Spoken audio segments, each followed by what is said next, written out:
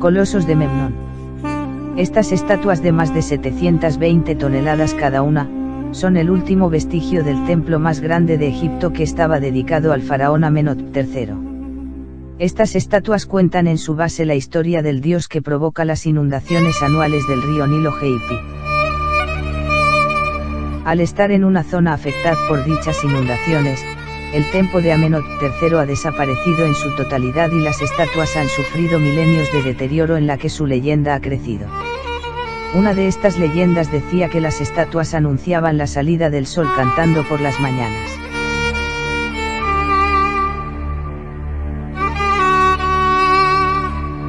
El Valle de los Reyes es una necrópolis del antiguo Egipto, en las cercanías del Laxar, donde se encuentran las tumbas de la mayoría de faraones del Imperio Nuevo, dinastías XVIII, XIX y XX, y de algunos animales. Forma parte del conjunto denominado Antigua Tebas con sus necrópolis, declarado Patrimonio de la Humanidad por la UNESCO en 1979. Se encuentra situado en la zona desértica de la orilla occidental del Nilo, frente a Tebas, moderna Laxar. El valle está dominado por la colina con forma de pirámide que los egipcios llamaban de Enet y Menet, la cima de Occidente, actualmente el Kurn. Allí moraba la diosa Cobra Meretseger, la que ama el silencio, protectora de la necrópolis.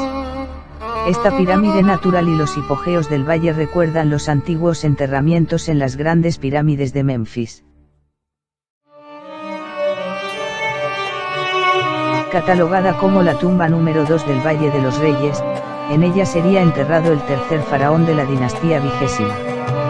Este monarca gobernó de 1153 a 1147 hace unos 6 años y 8 meses, y por sus huellas sabemos que pretendió ser un gran constructor, pero debido a la pobreza del país y a su breve reinado todas sus esperanzas se truncaron. Conocemos pocas cosas de él y de sus sucesores, pero se cree que apenas salió de su capital del delta, Pi-Ramsés, dejando Tebas y el Alto Egipto en manos de la nobleza y, sobre todo, de la casta sacerdotal.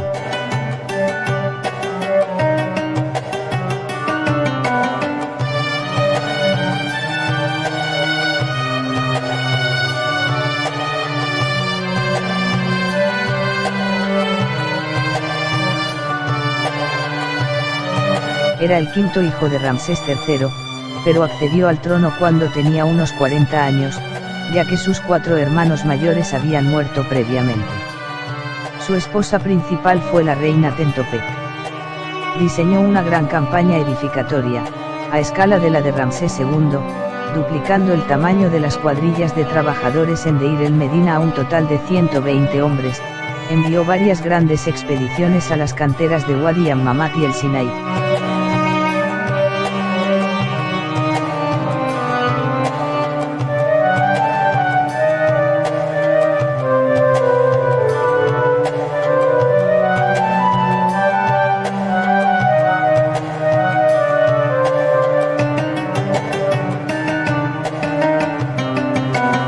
Tras el larguísimo reinado de Ramsés II, le sucedió su 13º hijo Merempta, quien ya por aquel entonces era un anciano sexagenario que sorprendería a la historia sobreviviendo 10 años más, de 1222 a 1212 a.C., aproximadamente.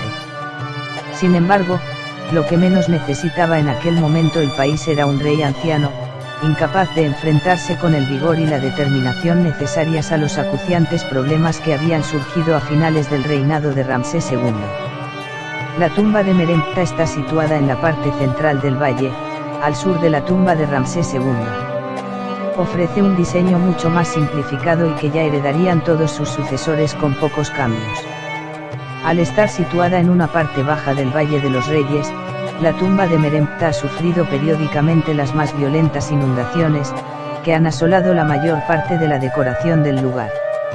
Este suceso también se ha dado en las tumbas más próximas en espacio y tiempo, a saber, las de Ramsés II y la de sus hijos, los hermanos y medio hermanos de Merempta.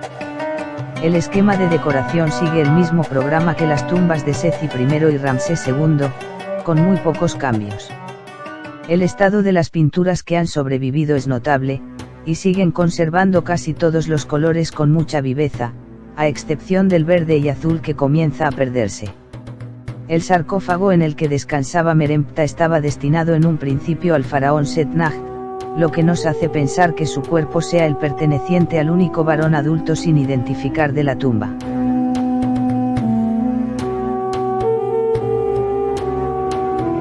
Tutankamón fue faraón del Antiguo Egipto, último monarca de la dinastía XVIII, que gobernó entre 1334 y 1325 a.C. Su padre era el faraón Akenatón. Accedió al trono con 8 o 9 años. Estaba aquejado de problemas de salud, patologías que pudieron causar su prematuro fallecimiento a los 18 o 19 años y obligar a la inhumación de su cuerpo en un modesto hipogeo destinado a otra dignidad. Fue descubierta en 1922 por Howard Carter bajo los restos de las viviendas de los trabajadores de la época ramésida, lo que la salvó de los saqueos de ese periodo. Se dice a menudo que la tumba de Tutankamón nunca fue saqueada, pero esto no es exacto, de hecho lo fue por lo menos 2 veces no mucho después del entierro. La tumba no parece haber sido diseñada para un faraón, parece la de un noble que haya sido adaptada de forma precipitada, como indica el hecho de que solo fueron pintadas las paredes de la cámara del sarcófago, a diferencia de otras tumbas reales en que todos sus muros tienen escenas del libro de los muertos. La tumba consta de 4 salas y estaba llena de objetos, pero en desorden. Se tardó 8 años en vaciarla y trasladar al Museo Egipcio de El Cairo todo lo encontrado, más de 5.000 piezas, incluida la máscara funeraria de Tutankamón de oro macizo. Como dato curioso, Carter consiguió fotografiar algunas ofrendas florales que se desintegraron al tocarlas.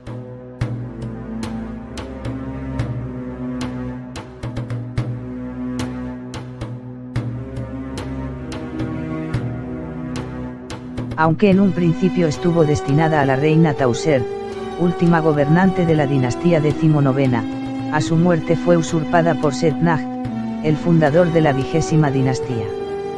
La decadente dinastía XIX entró en colapso a la muerte del joven rey Sipta en uno de los momentos más críticos de la historia egipcia. El próspero imperio nuevo estaba viviendo sus horas más bajas, y ya nunca más saldría por completo de esta situación. El destinado a suceder a Sipta resultó ser una mujer, la reina Tausert, viuda de Seti II. No obstante, la oposición a Tausert es casi inmediata. Desde otra rama del extenso árbol familiar ramésida surge Setnag, un hombre de armas con grandes influencias entre la clase militar de Pi-Ramsés que no acepta ser gobernado por una mujer sin sangre real en sus venas. La mano de hierro de Setnag resultó ser muy efectiva, y el hecho de contar con descendencia adulta sirvió de seguro a la naciente dinastía 20ª. Considerado posteriormente su reinado como el preludio del de su hijo Ramsés III, el último gran faraón. Esta tumba es una de las más inusuales del Valle de los Reyes, por los sucesivos cambios que sufrió en su diseño. Con unas pendientes muy suaves, sigue el mismo perfil que una tumba real, pese a haber estado inicialmente destinada para Tausert cuando era gran esposa real de Seti II. A su muerte, y la ascensión de Sipta a rey y de Tausert a reina regente, se produce un cambio que se traduce principalmente en la construcción de una enorme cámara sepulcral. La entrada en escena de Setnag acabaría por hacer de la tumba una de las más grandes y bellas del Valle de los Reyes. Los sucesivos cambios en la arquitectura son también patentes en las pinturas. Podemos observar hasta 3 fases bien delimitadas en la decoración de la tumba: la original, cuando Tausert ya era regente, otra en la que ya es reina faraón, y finalmente la propia de Setnag. Así, los cambios de identidad en las figuras son constantes, con los consecuentes cambios de sexo en la mayor parte de las inscripciones al pasar de una gran esposa real a un faraón masculino.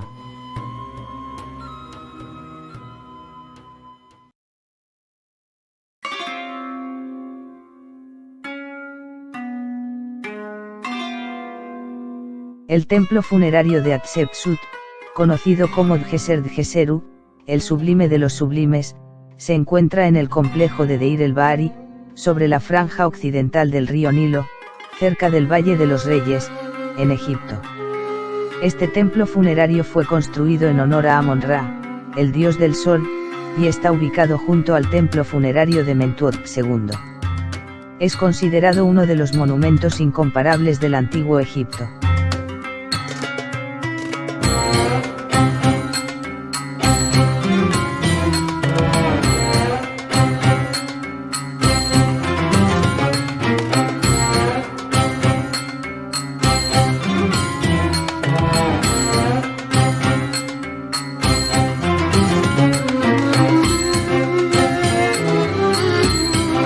El canciller, arquitecto real y posible amante de Hatshepsut, Senemut, vigiló la construcción y probablemente diseñó el templo.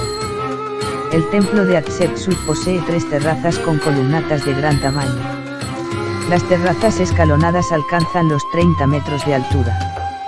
Cada nivel está conformado por columnatas de pilares de caliza de sección cuadrada, precedidos por estatuas osiríacas. La capilla de Anubis, en la zona nordeste del templo, posee columnas de sección poligonal, de estilo protodórico. Estas terrazas están conectadas por una gran rampa central, que en la antigüedad estaba flanqueada por jardines de plantas exóticas traídas del Punt, tales como árboles de incienso y mirra. La forma escalonada del de Hatshepsut se corresponde con la clásica forma tebana, con elementos arquitectónicos tales como pilonos, tribunales de justicia, salas hipóstilas, patios al aire libre, capillas y santuarios.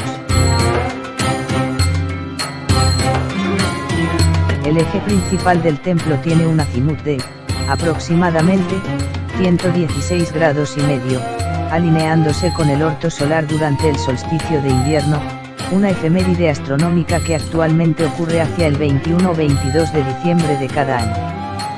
La luz solar se adentra en las capillas excavadas en el interior de la montaña tebana. Además, un sistema de cajas de luz permite que se ilumine, sucesivamente, una representación del dios Amon-Ra, en segundo lugar, una figura arrodillada del faraón Tutmosis III y, finalmente, la imagen del dios del Nilo, Hapi. A mayores, 41 días antes y 41 días después del solsticio de invierno, una segunda caja de luz permite que la luz solar se interne hasta la cámara más profunda, ampliada y renovada en la época ptolemaica, en la que existe constancia de un culto a personajes históricos deificados, como Imhotep, el arquitecto responsable de la construcción de la pirámide escalonada de Souse, y Amenhotep hijo de Apu, el supervisor de las obras del faraón Amenofis III. La alineación solsticial estaría relacionada con el solapamiento, en esa fecha, del Sol con la constelación egipcia del Carnero con el Sol, sincretizados bajo la figura de Amon-Ra, el padre celestial de Hatshepsut. Se trataría, entonces, de la manifestación física de la teogamia. 9 meses después, en el equinoccio de otoño, la fiesta de Oupet marcaría el nacimiento faraónico. En cuanto a la alineación de primeros de febrero, reflejaría el momento en que Amon-Ra pronunció el oráculo que valió para entronizar a Hatshepsut como reina faraón.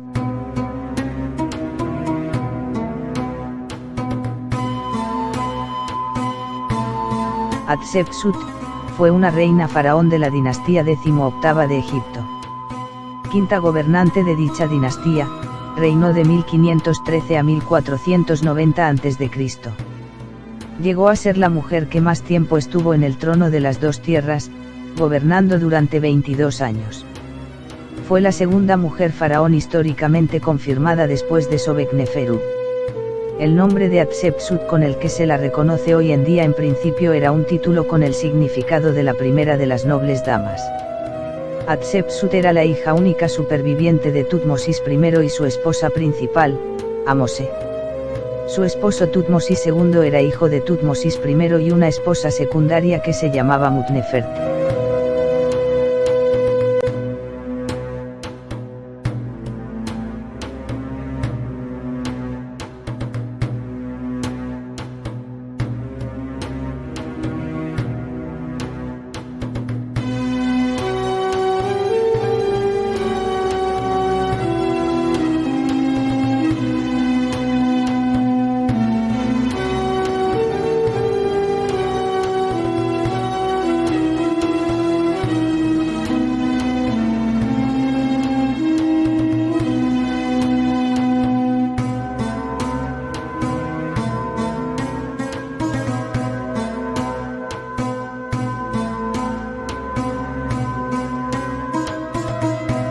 Breve visita a un taller de alabastro para enseñarnos cómo se trabajaba la piedra de forma manual y, como no, para intentar venderte algo.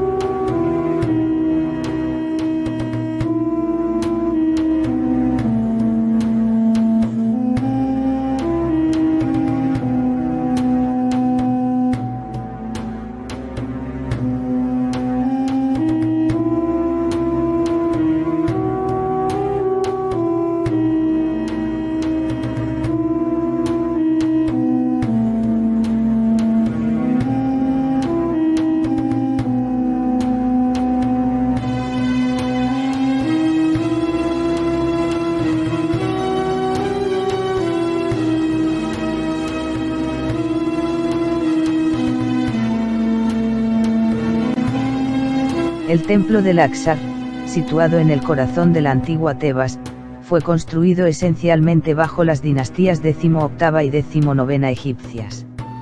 Estaba consagrado al dios Amón bajo sus dos aspectos de Amón-Ra-Arei, era considerado el dios del cielo, dios del sol y del origen de la vida en la mitología egipcia. Las partes más antiguas actualmente visibles remontan a Amenhotep III y a Ramsés II. El edificio, uno de los mejores conservados del nuevo imperio egipcio, aún mantiene numerosas estructuras. Además del gran pilono, el visitante puede también atravesar dos grandes peristilos y la columnata monumental que enlaza estos dos patios.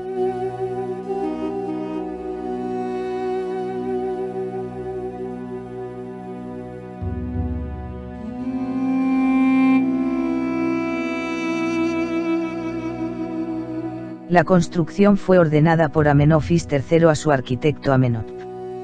Este último edificó un templo completo, naos, santuario de la barca, sala de ofrendas y antecámara, esta última flanqueada de capillas destinadas a la tríada tebana. Todo está precedido de una sala hipóstila abierta a un gran patio cuadrado, el patio solar, rodeado por tres de sus lados de una doble hilera de 64 columnas papiriformes. Las salas de culto, al igual que la sala hipóstila, se elevan sobre una plataforma con una gran inscripción dedicatoria.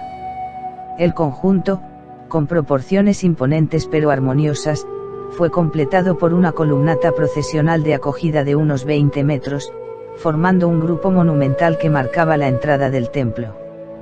El programa arquitectónico se ejecutó probablemente en 3 fases sucesivas y ocupó todo el reinado.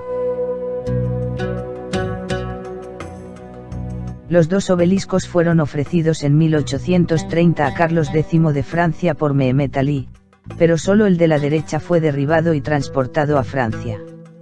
Gianfranco Champollion fue quien eligió, por mandato del rey, el primero de los dos obeliscos, en parte cubiertos de arena.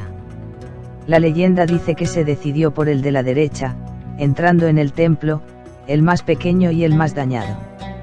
El obelisco fue erigido con una gran fiesta en París, donde se erige después de 1836 en el centro de la Plaza de la Concordia.